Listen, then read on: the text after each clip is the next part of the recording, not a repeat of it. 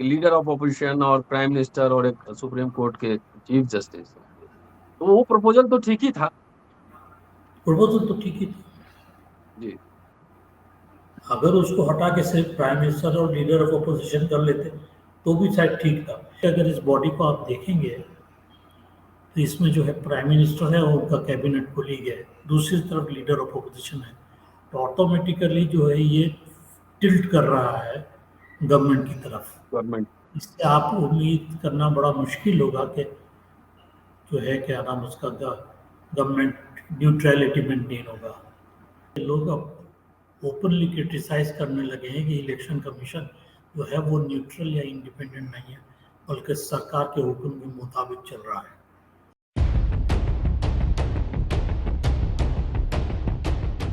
चुनाव आयोग और चुनाव आयोग के कमिश्नर पिछले कई वर्षों से चर्चा में रहे। अब तक कैसे बने इसकी कोई प्रक्रिया नहीं थी। एक फॉर्मूला डेवलप किया गया था कि उसमें चुनाव आयोग का जो अध्यक्ष बनाया जाएगा उसमें प्रधानमंत्री, लीडर ऑफ ऑपोजिशन और सुप्रीम कोर्ट के चीफ जस्टिस रहेंगे। लेकिन एक प्रस्ताव आया कि उस समय सुप्रीम कोर्ट के चीफ जस्टिस नहीं रहेंगे, एक मेंबर ऑफ पार्लियामेंट रहेंगे।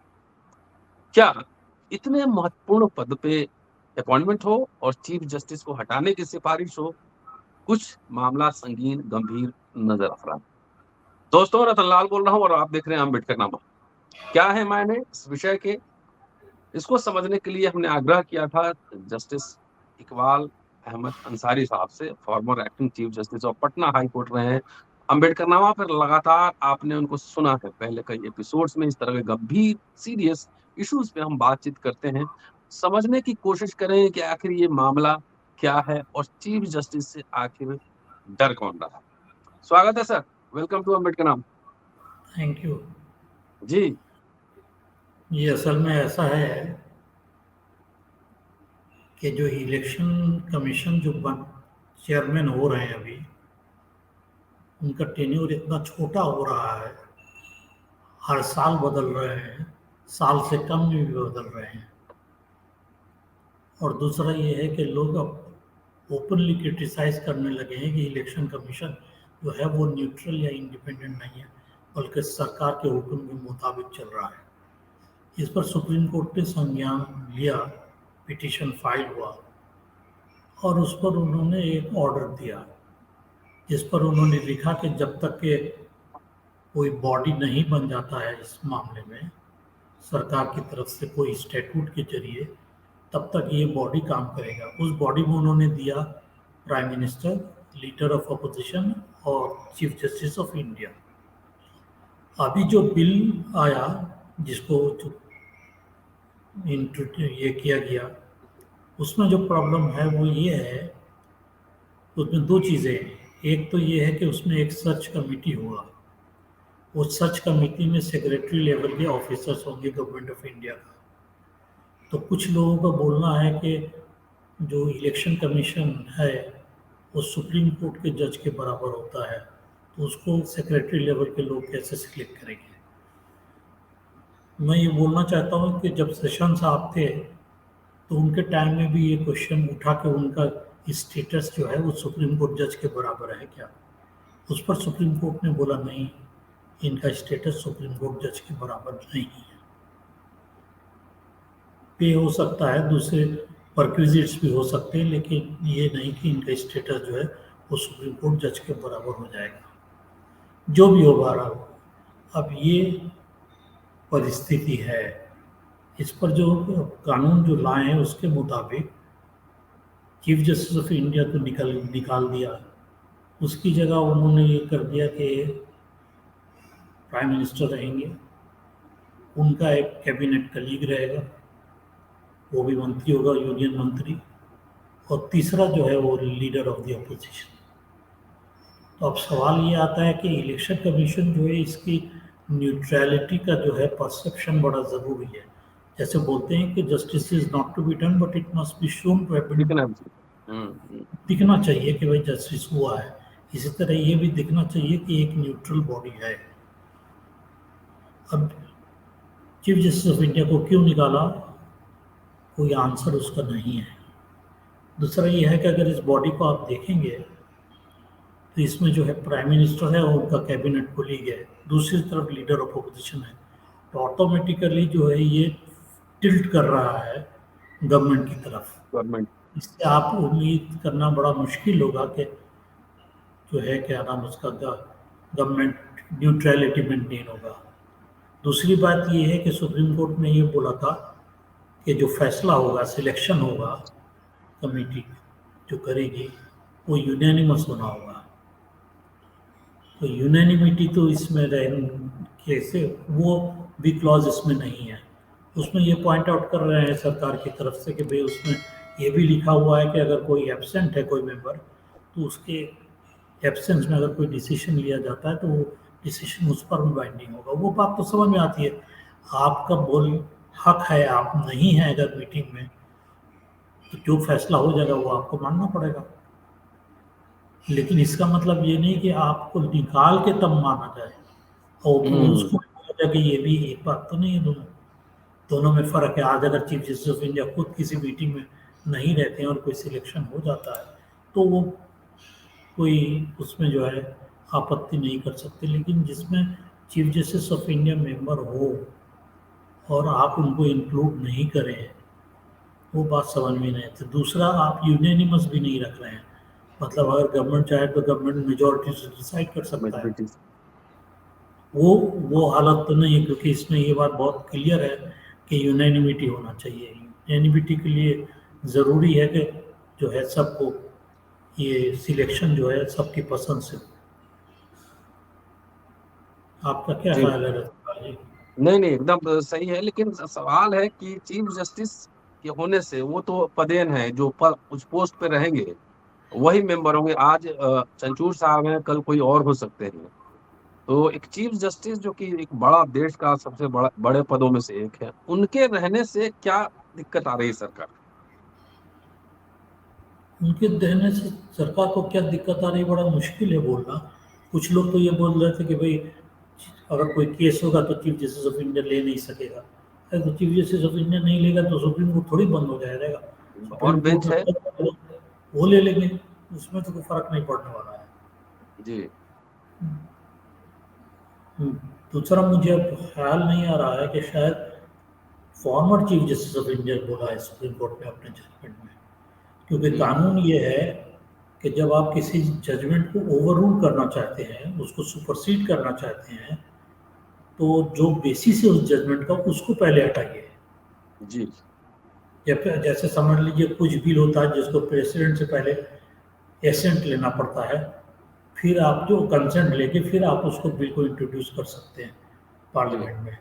आपने कर दिया ऐसे ही इंट्रोड्यूस, तो वो एक डिफेक्ट है। तो उस डिफेक्ट को आपको, आप जो है क्या नाम उसका, उसको प्रेसिडेंट से कंसेंट ले लीजिए और फिर इंट्रोड्यूस कीजिए। तब आप बोल सकते हैं कि इसका बेसिस नहीं है जिसके बेसिस पर सुप्रीम कोर्ट ने जजमेंट दिया है। लॉ यही है कि बेसिस को रिमूव कीजिए। अगर बेसिस को बिना रिमूव किए हुए आप बोलते हैं कि लॉ गलत है या दूसरा कोई लॉ ले आते हैं तो वो नहीं बनेगा। क्योंकि आपको याद होगा जो prevention of women from harassment, ये जो आया है इससे पहले सुप्रीम कोर्ट ने जजमेंट दिया, जिसमें सुप्रीम कोर्ट ने बोला कि अभी तक जो है ये बॉडी ऐसी कोई बनी नहीं है, कोई कानून भी नहीं बना है और ये कानून बड़ा ज़रूरी है, इसलिए हम ये गाइडलाइन इशू कर रहे हैं। जब ये कानून बन जाएगा तो ये गाइडलाइन ख़त्म हो जाएंगे। यही बात इसमें भी बोली है कि जब वो ख़त्म हो जाएगा तो ये ख़त्म हो जाएगा।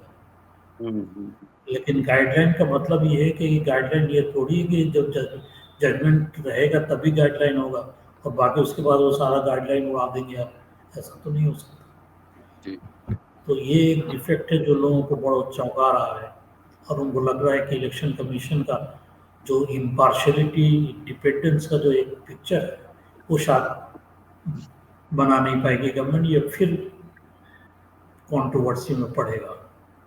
जी, ये Bharat largest democracy of the world, और लार्जेस्ट डेमोक्रेसी, बहुत से लोग इसको मदर ऑफ डेमोक्रेसी भी बोलते हैं। हाँ जी।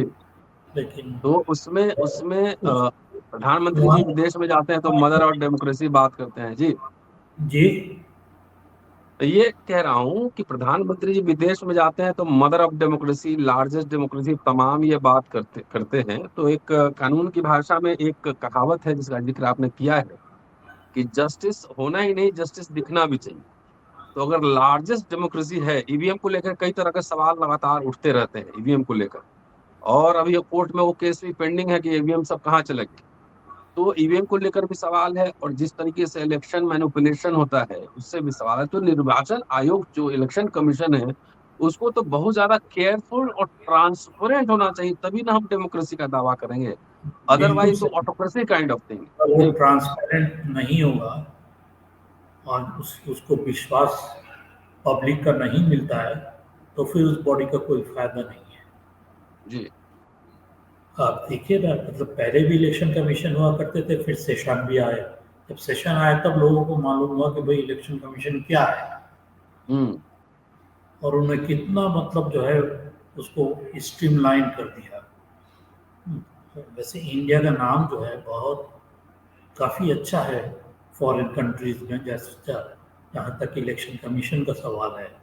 और यहाँ पे बहुत से कंट्रीज़ के, मेरे ख्याल में शायद 100 से ऊपर कंट्रीज़ के लोग आए हैं यहाँ पर ट्रेनिंग लेने के लिए कि आप लोग कैसे इलेक्शन करते हैं, वो देखने के लिए। तो वो जो पुराने थे वो तो करके चले गए, लेकिन हम्म। ये नए प्राइम मिनिस्टर हमारे हैं, इनके ऊपर में जिम्मेदारी है कि ये एक ऐसा माहौल बनाए, ये एक ऐसा कानून बनाए जिससे ये परसेप्शन हो सके कि भाई ये एक न्यूट्रल बॉडी है। हम जो जिसको वोट देंगे वो वोट उसी के फेवर में काउंट किया जाएगा, और अगर हमने वोट नहीं दिया है तो हमारा कोई वोट वहाँ डलेगा भी नहीं। ये तो होना ही चाहिए, उसके बिना तो इलेक्शन कैसे रहेगा। और तो आप इलेक्शन अगर ठीक नहीं होगा तो रिजल्ट भी ठीक नहीं होगा। रिजल्ट ठीक नहीं होगा तो इसका मतलब जो गणतंत्र में जो एक जवाब आना चाहिए पब्लिक का, आम आदमी का, वो तो नहीं आ पाएगा। तो फिलहाल इलेक्शन कमिश्नर अपॉइंट करने की कोई प्रोसेस, कोई इस तरह का सिस्टम नहीं है। तो उस हिसाब से सुप्रीम कोर्ट की जो ऑब्जर्वेशन था, लीडर ऑफ ऑपोजिशन और प्राइम मिनिस्टर और एक सुप्रीम कोर्ट के चीफ जस्टिस, तो वो प्रपोजल तो ठीक ही था। प्रपोजल तो ठीक ही था। जी। अगर उसको हटा के सिर्फ प्राइम मिनिस्टर और लीडर ऑफ अपोजिशन कर लेते तो भी शायद ठीक था, लेकिन उन्होंने प्राइम मिनिस्टर की एक कलीग को ले लिया। हम्म। तो बॉडी जो तो बनी सर। उसमें मेजोरिटी जो है गवर्नमेंट का हो जाएगा, और फिर आप मेजोरिटी से डिसाइड करेंगे, क्योंकि आप नहीं बोल रहे हैं कि यूनानिमस होना होगा इलेक्शन। इसमें कानून कानून का भी बहुत बड़ा एक इंटरेस्टिंग पॉइंट है कि भाई किस वक्त आप कानून को बदल सकते हैं, सुप्रीम कोर्ट के जजमेंट को बदल सकते हैं। क्योंकि सुप्रीम कोर्ट के जजमेंट को आपको कानून लाके नहीं बोल सकते ये जजमेंट नहीं होगा, ऐसा नहीं बोल सकते। प्रधानमंत्री के प्रधानमंत्री के आर्थिक परिषद के जो सलाहकार हैं वो तो लेख लिख के कह रहे हैं कि संविधान ही पूरा बदल देना चाहिए। तब इसमें इलेक्शन कमीशन और कोर्ट का क्या रोल रहेगा? नया संविधान, वो कौन सा संविधान लाएंगे, कौन सी संविधान सभा बनाएंगे, क्या ड्राफ्ट है, वो तो कुछ आया नहीं, लेकिन संविधान बदलने की बात हो रही। संविधान बनने की बात हो रही है, और जो भी बनेगा उसको चलाने वाले कौन है उसके ऊपर डिपेंड करेगा। चलाने वाले अगर सही नहीं है तो कोई भी कितना भी खूबसूरत जी। कॉन्स्टिट्यूशन है उसको आप बदसूरत बना देंगे। जी। जी। जी। इसीलिए ये बातें डॉक्टर अंबेडकर ने संविधान सभा में 1949 25 नवंबर को कही थी कि संविधान अच्छा या बुरा नहीं होता, उसको लागू करने वाले जो लोग होते हैं वो कैसे है, तो उससे तय होता है कि संविधान कैसा होगा। बिल्कुल। जस्टिस इकबाल अंसारी साहब को आप सुन रहे थे। पूरा वीडियो देखिए, शेयर और सब्सक्राइब करते रहिए। जल्दी मिलता हूँ अगले एपिसोड में। शुक्रिया sir, thank you sir. Thank you.